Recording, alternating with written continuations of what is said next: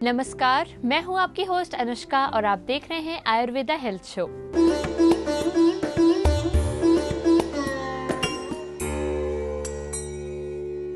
Asthma की जब बात आती है तो पहले ऐसा सुना जाता था कि अस्थमा सिर्फ बड़ों में होता है, लेकिन आजकल बच्चों के लिए भी ये एक कॉमन प्रॉब्लम हो गई है। आखिर क्या वजह है कि अस्थमा बच्चों में भी पाया जाता है और साथ ही साथ कैसे आप इसे ट्रीट कर सकते हैं, इस बारे में आज हम डिस्कशन करेंगे अपने इस एपिसोड में। और इस डिस्कशन के लिए स्टूडियो में हमारे साथ मौजूद हैं हमारे डॉक्टर्स। वैद्य पारसनाथ जी, आपका स्वागत है इस प्रोग्राम में। डॉक्टर देवेश कुमार श्रीवास्तव जी, आपका भी स्वागत है इस प्रोग्राम में। Thank you. वैद्य जी, सबसे पहले अपने व्यूअर्स के लिए हम जानना चाहेंगे कि अस्थमा क्या होता है और क्या वजह है कि आजकल बच्चों में इतना पाया जा रहा है। आयुर्वेद के अनुसार जब कफावृत बात रेस्पिरेटरी सिस्टम में भर जाती है जी। तब अस्थमा रोग होता है जी। बच्चों में, विशेष करके जो बच्चे ज़्यादा मिठाई या ज़्यादा मलाईदार चीज़ें या ज़्यादा गरिष्ठ आहार जिनको माताएं देती हैं जी। उन बच्चों में अस्थमा की समस्या ज़्यादा होती है। जी। यही मुख्य कारण है कि बच्चों को अस्थमा होता है। डॉक्टर देवेश, ये तो खान पान से जुड़े हुए रीजंस थे। अगर हम बायोलॉजिकल रीजंस की बात करें तो अस्थमा के लिए इंटरनल कॉजेस क्या होते हैं? अस्थमा में ये तो आपने अच्छा क्वेश्चन किया कि बच्चों में भी आजकल जो है इस तरह की प्रॉब्लम हो रही है सांस की।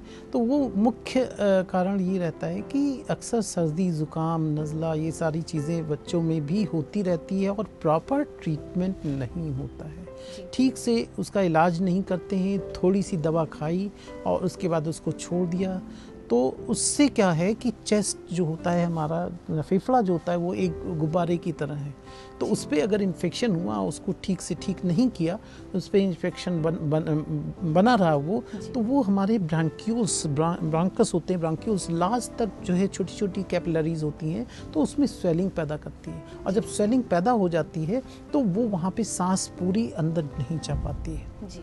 तो जब सांस पूरी अंदर नहीं जाएगी तो वो हंगर होगा, तो वही सांस फूलना, इसको कहते हैं कि ये सांस की बीमारी हो गई है। तो इन्फेक्शन ज़्यादा हो जाता है ना, ये चीज़ है।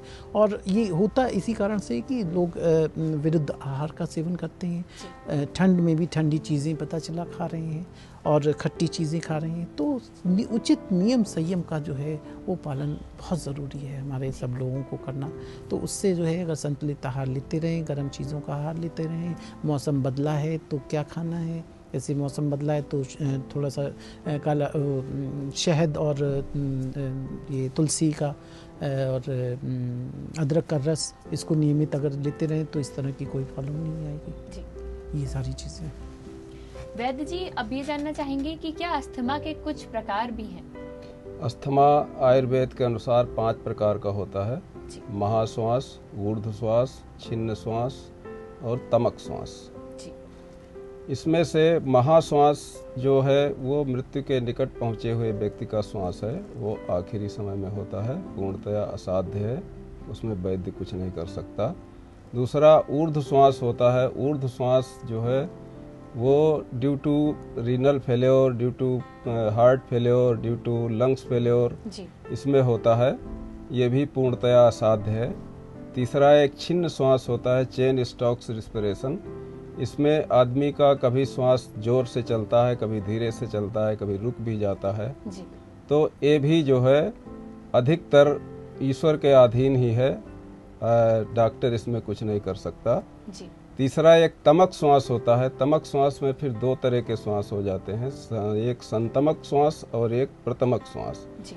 प्रतमक श्वास उनको होता है जो लोग योग में प्राणायाम करते हैं और बगैर किसी प्रशिक्षक की देख रेख में करते हैं, उनको प्रतमक श्वास होता है और ये पूरी तरह से साध्य है, ठीक हो जाता है दवाई से। तीसरा एक क्षुद्र श्वास है। क्षुद्र श्वास जैसे लोग चढ़ते हैं, सीढ़ियाँ चढ़ते हैं या काफ़ी हैवी वेट में दूर तक चलते हैं, दौड़ते हैं, उनको जो श्वास हो जाती है वो क्षुद्र श्वास कही जाती है, वो भी दवाई से पूरी तरह से साध्य हो जाती है। अब वो जमाना गया जब कहा जाता था कि दम दमा के साथ जाता है, दम दमा के साथ नहीं जाता है, दम औषधि से ठीक हो जाता है। डॉक्टर देवेश, इससे पहले कि ट्रीटमेंट की ओर बढ़ें, हम जानना चाहते हैं कि हमारे व्यूअर्स को कुछ प्रिकॉशंस पता चले जिससे बच्चों में अस्थमा अवॉइड किया जा सके। इसमें बहुत अच्छा प्रकाशन, अगर प्रकाशन हर व्यक्ति, अगर पेरेंट्स जो है ध्यान से अगर बच्चों को उस तरह का खान पान खिलाए तो बिल्कुल इससे बचा जा सकता है। मैं कुछ बताना चाहूँगा इसके लिए। मुख्य चीज़ें तो वही प्रातःकाल उठ के तुलसी, अदरक और शहद और त्रिकटु होता है, सोट, काली मिर्च, पिपली, इसकी थोड़ी थोड़ी मात्रा जो है, जैसे अगर 15 ग्राम तैयार कर लें, 5 ग्राम तो सोट, काली मिर्च, पिपली, इसकी 1 ग्राम मात्रा या आधा से 1 ग्राम मात्रा शहद में घोल के अगर इसको जो है नियमित सुबह सेवन करें तो इससे बचाव बहुत संभव है कि इसमें कोई भी रोग नहीं होगा, सांस जैसी कोई तकलीफ नहीं होगी। दूसरी चीज़ें, ठंडी चीज़ें नहीं खानी है, खट्टी चीज़ें नहीं खानी है, बासी चीज़ें नहीं खानी है, ये बचाव है बहुत ज़रूरी। और नियम से रात में सोते समय थोड़ा सा अपने पंजों में थोड़ा सा गुनगुने गर्म पानी, गर्म तेल से, सरसों के तेल से थोड़ा सा अभ्यंग मसाज अगर किया जाए तो वो बहुत अच्छा फ़ायदा करता है। और बीच बीच में बच्चे हैं तो बच्चों को तो खैर नहीं हम वमन कराते हैं, लेकिन बड़ों को अगर ये इस तरह का अस्थमा होता है तो हम लोग पंचकर्म में वमन रिकमेंड करते हैं। वमन से जो है सांस का रोग जो है बिल्कुल ठीक हो जाता है। जैसा कि भी बताया गया कि दमा दम के साथ नहीं, दमा आयुर्वेद से जाता है, ये हमारा कहना है। वैद्य जी, क्योंकि आयुर्वेद में कई सारी औषधियाँ मेंशन्ड हैं जिससे हम ट्रीट कर सकते हैं अस्थमा को, तो बच्चों के लिए आप क्या सुझाव देना चाहेंगे औषधियों में? बच्चों के लिए बड़ी सावधानी से औषधियाँ देनी होती हैं, विशेष करके इन्फेंट्स में जो दूध पीते हुए बच्चे हैं उनको तो बड़ी ही सावधानी से दिया जाता है। तो बच्चों को अस्थमा की स्थिति में एक दवाई आती है आयुर्वेद में, रस पीपरी। रस पीपरी 1 रत्ती को शहद में मिला के अगर दिया जाए तो इस तरह की परेशानी नहीं होती है। दूसरी बात, उनको दूध में ही मिला के कोई दवाई अगर दी जाए, जैसे सौंठ का चूर्ण या अदरक का रस या तुलसी की पत्ती का रस या पुष्कर मूल का चूर्ण या सोमयोग का चूर्ण, इस तरह से उसको दूध में मिला के ही दिया जाए या शहद में मिला के चटाया जाए तो बच्चों का अस्थमा दूर हो जाता है। जी डॉक्टर देवेश और वैद्य जी, अपने इस डिस्कशन को भी हम आगे बढ़ाएंगे, लेकिन उससे पहले प्रोग्राम में वक्त है एक छोटे से ब्रेक का। अगर आप भी अपनी हेल्थ प्रॉब्लम्स को सॉल्व करना चाहती हैं आयुर्वेद की हेल्प से, तो हम वो मौका आप तक पहुंचाएंगे, क्योंकि आपकी क्वेरीज का हम कर रहे हैं इंतजार। अपनी क्वेरीज हम तक पहुंचाने के लिए आपको करना है सिर्फ इतना, आप हमें ईमेल कर सकते हैं ayurvedahealth@etv.co.in। आप हमें कॉल या SMS भी कर सकते हैं। हमारा नंबर है 7376288271। तो लेते हैं एक ब्रेक, लेकिन आप कहीं मत जाइएगा, बने रहिए हमारे साथ only on Ayurveda health show.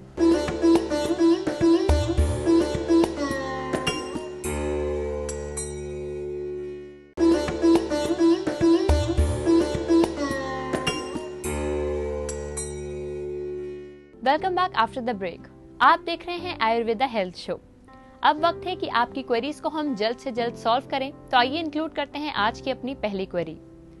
Doctor Devesh, हमारे पास अरुण जी ने अपनी पहली क्वेरी पहुंचाई है, जिनकी एज 28 इयर्स है।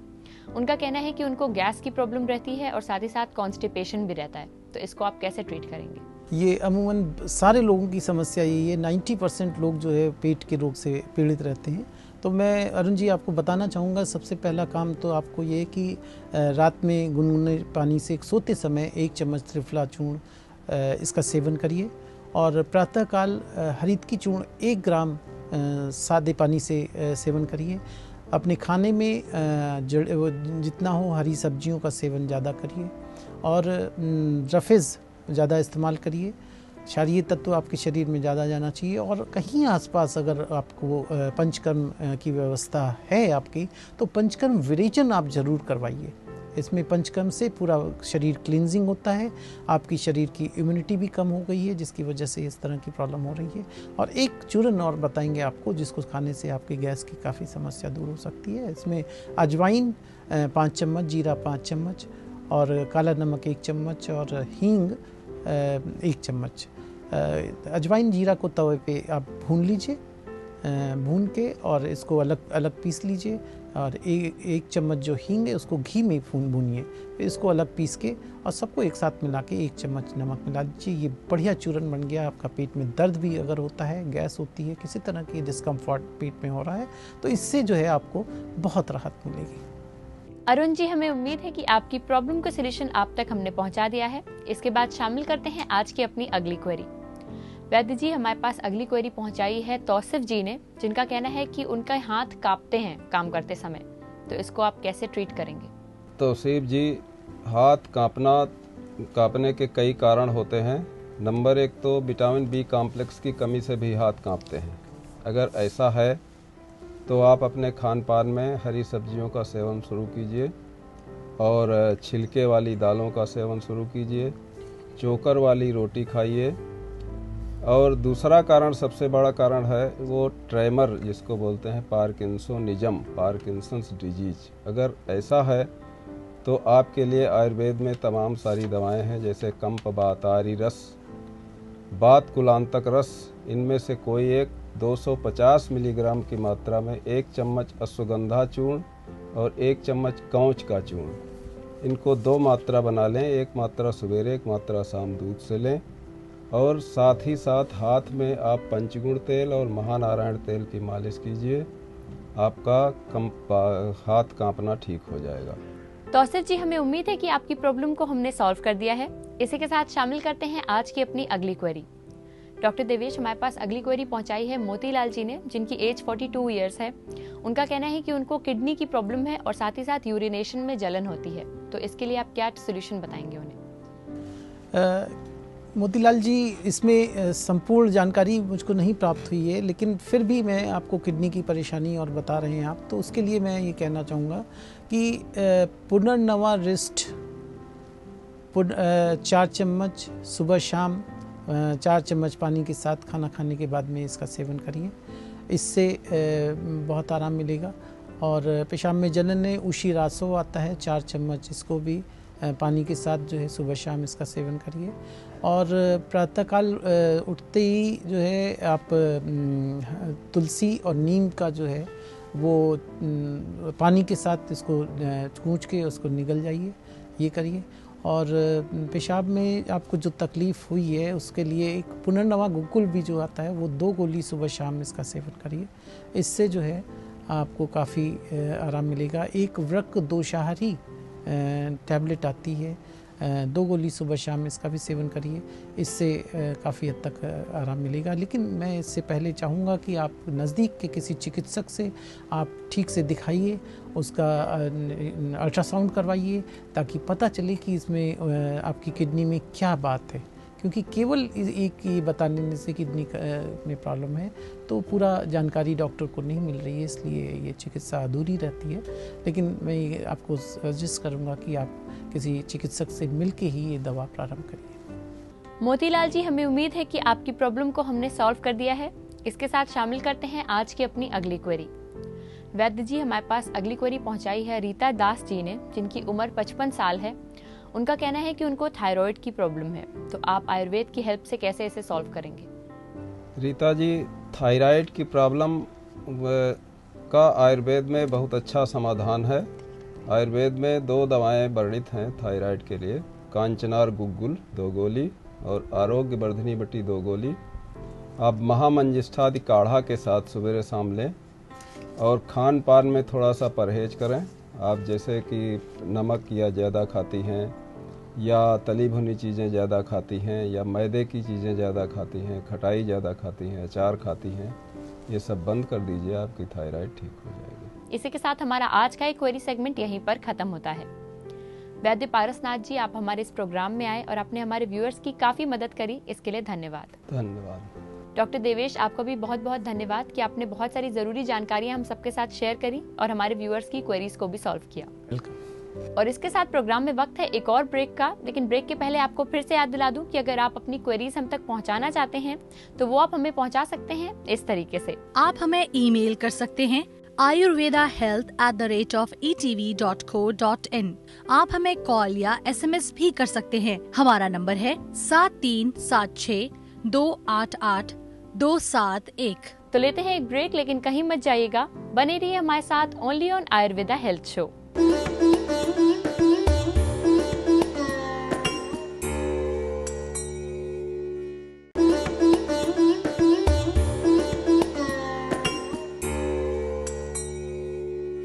Welcome back after the break. आप देख रहे हैं आयुर्वेदा हेल्थ शो। जब बात आती है फिजिकल फिटनेस की तो सबसे इम्पोर्टेंट तरीका माना जाता है योगा। जो बहुत हेल्दी भी है और साथ ही साथ आपके एलिमेंट्स को भी ट्रीट करता है। तो चलिए जुड़ते हैं आचार्य प्रतिष्ठा से और जानते हैं आज के इस योगा सेगमेंट में कुछ और इंटरेस्टिंग टिप्स। ओंकारं बिंदु संयुक्तं नित्यं ध्यायन्ति योगिनः कामदं मोक्षदं चैव ओंकाराय नमो नमः।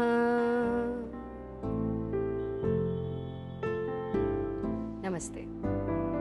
बचपन से लेकर आज तक ये पंक्तियाँ मैं सुनती हुई बड़ी हुई हूँ कि ऐसा क्या है इस जग माही जो सब तुम पा सकते नाही, लेकिन कपोल कल्पना छोड़ो, मेहनत पर विश्वास करो। There is nothing at all in this entire world which is impossible.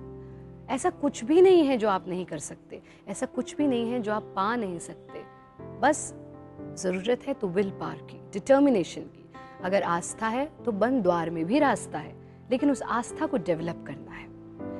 Bharat योग की कुछ ऐसी आसान सी क्रियाएं आपके जीवन की सारी समस्याओं को दूर कर सकती हैं। कभी कभी हमारे आसपास कुछ ऐसे लोग होते हैं जिनमें हम मेंटल वीकनेस देखते हैं, यानी दिमागी कमजोरी। ऐसा नहीं है कि मैं स्पेशली उन लोगों की बात कर रही हूँ जिनके मेंटल एबिलिटीज खत्म हो चुकी हैं। मेंटल वीकनेस कई तरह की होती है। कोई चीज़ें याद ना होना, याददाश्त कम हो जाना, कुछ भी अचानक से याद ना आना, कहीं एक जगह हम कंसंट्रेट कर रहे हैं बट हमारा दिमाग कहीं और चले जाना, पूरी की पूरी किताब पढ़ के फिर एंड में आकर के सोचना कि अरे फिर से शुरू करें, शुरू से क्या था, कुछ याद नहीं रहा। एग्जामिनेशन में हॉल में जा करके भले ही हम पूरी रात पढ़े हैं, हमें ये अनुभव होना कि हम तो सब भूल गए हैं। ख़ास तौर पे एक उम्र के बाद मैंने ये देखा है, हमारी माताएं तो इस तरह से बताती हैं कि अरे वो अंदर उस ड्रॉ के उस वाले उसमें वो रखा है, वो ले आओ। अब किस ड्रॉ में क्या के अंदर क्या रखा है नहीं पता, शब्द तक भूल जाना, कंसंट्रेशन की कमी होना, ये सब चीज़ें कहीं ना कहीं मेंटल वीकनेस में आ जाती हैं। और ऐसा नहीं है कि सिर्फ हमारे बच्चों में ये चीज़ें पाई जाती हैं, बड़ों में भी ये चीज़ें पाई जाती हैं। कभी कभी हमारा माइंड इतना ज़्यादा डाइवर्ट हो जाता है कि हम एक जगह पे कंसंट्रेट नहीं कर पाते। और कुछ लोगों को ईश्वर ने ही कहीं ना कहीं मेंटल वीकनेस, हम बचपन से देखते हैं कि वो जितना ज़्यादा एक हद तक सोच सकते हैं या समझ सकते हैं उससे थोड़ा कम करते हैं। यदि आप में या आपके आसपास कोई भी ऐसा है तो आज हम इसी समस्या के समाधान की बात करने के लिए यहाँ पर बैठे हैं। आपको कुछ नहीं करना, आपको अपनी ही रसोई में मिलेगी सौंफ, जो आप सौंफ खाते हैं नॉर्मल हरे रंग की, बादाम की गिरी और साथ में मिश्री। बादाम, सौंफ और मिश्री तीनों को ले लीजिए और इनका पाउडर बना लीजिए, यानी इनको तीनों को एक साथ लेकर के पीस लीजिए। एक डब्बे में इसको भर करके रख लीजिए। आपको रोज थोड़ा सा, जैसे हम भाषा में, आम भाषा में कहते हैं फंकी मार लेनी है, यानी थोड़ा सा 1 चम्मच वो लिया और आपको रोज खाना है। दिन में 2 बार आपको इसका सेवन करना है, सुबह के वक्त कर लीजिए, शाम के वक्त कर लीजिए। यदि आप बादाम, सौंफ और मिश्री के इस मिश्रण का सेवन करते हैं, आप देखेंगे कि आपकी मेंटल एबिलिटीज बहुत ज़्यादा बढ़ती चली जा रही हैं, आपका दिमाग बहुत तेज होता जा रहा है। इसके अलावा आप सेवन करेंगे बच का। बच आपको किसी भी अत्तार के यहाँ से मिल जाएगी। 2 से 3 ग्राम का ग्राम बच आप एक दिन में सेवन कर सकते हैं। बच को लीजिए, मुंह में डालो और जैसे आप टॉफी चूसते रहते हैं उस तरह से इसको चूसते रहिए। तीसरी चीज, कान्हा के बारे में कहा जाता था कि कृष्ण जो थे वो मिश्री और माखन खाया करते थे, इसीलिए उनका दिमाग इतना तेज था। तो मक्खन, गाय के दूध का शुद्ध मक्खन यदि आपको मिल जाए तो उसका सेवन आप जरूर करें और साथ में खाएं मिश्री। यदि आप गाय के दूध से बना मक्खन, सफेद वाला, और साथ में मिश्री का सेवन करते हैं, आप देखिए कि आपकी याददाश्त, आपकी दिमाग की कैपेसिटीज इतनी बढ़ जाएंगी कि आपको लगेगा हाँ आई एम सुपर इंटेलिजेंट। ये चीज़ें करें। कसरत ज़रूर करें। बच्चों में ख़ास तौर पे उन्हें नृत्य की शिक्षा दें, डांस थेरेपी ज़रूर कराएं। ऐसा करने से उनकी मेंटल एबिलिटीज़ बढ़ती चली जाती हैं। ये तो हुई आपके डे टू डे लाइफ के प्रयोग, आयुर्वेदिक प्रयोग, जो आप अपनी ही रसोई में रखी हुई चीज़ों से कर सकते हैं। इसके अलावा आप करेंगे रेखा गति का अभ्यास। रेखा गति के लिए सीधे खड़े हो जाएं। बच्चा, बूढ़ा, जवान सभी लोग इसका अभ्यास कर सकते हैं और स्वस्थ हो सकते हैं। सीधे खड़े हो जाएंगे और आपको क्या करना है कि एक एक स्टेप आगे बढ़ना है। आंखें बंद रहेगी, हाथों को जंघाओं के साथ चिपका लेंगे। ऐसे आगे बढ़ना है कि राइट फुट आगे जाएगी तो राइट एड़ी आपके लेफ्ट टो को छुएगी, लेफ्ट फुट आगे जाएगा तो लेफ्ट एड़ी राइट टो को छुएगा, पूरे बैलेंस के साथ।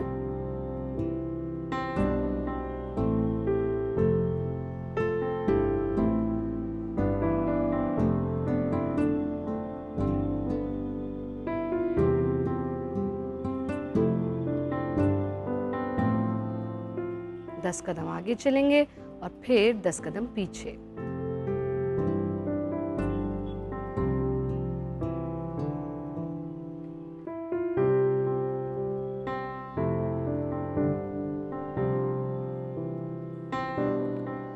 इसका अभ्यास दिन में 2 बार जरूर करें। यदि आप इसका अभ्यास रेगुलर करते हैं, सूर्य नमस्कार का अभ्यास करें, नाड़ी शोधन एवं कपालभाति प्राणायाम का अभ्यास करें, विरेचन क्रिया का अभ्यास करें, जो प्रयोग आपको मक्खन और मिश्री, सौंफ और बादाम का बताया गया, इसको अपने जीवन में लाएं, बच का प्रयोग करें। आप देखेंगे कि किसी भी तरह की मेंटल वीकनेस है वो दूर हो गई है, आपका दिमाग बहुत तेज और शार्प हो गया है। And if you can rule your own mind, your own brain, you can rule the entire world. फिर आप देखेंगे ये पूरी दुनिया आपकी ही है।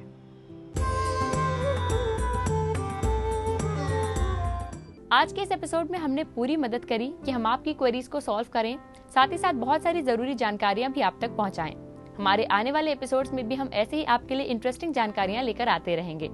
और अगर आप चाहते हैं कि आपकी क्वेरीज भी उनमें इंक्लूड हो, तो उसके लिए आपको करना है सिर्फ इतना। आप हमें ईमेल कर सकते हैं ayurvedahealth@etv.co.in।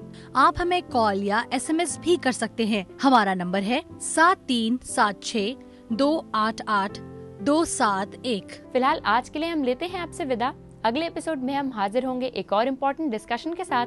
तब तक के लिए you all take care and stay healthy.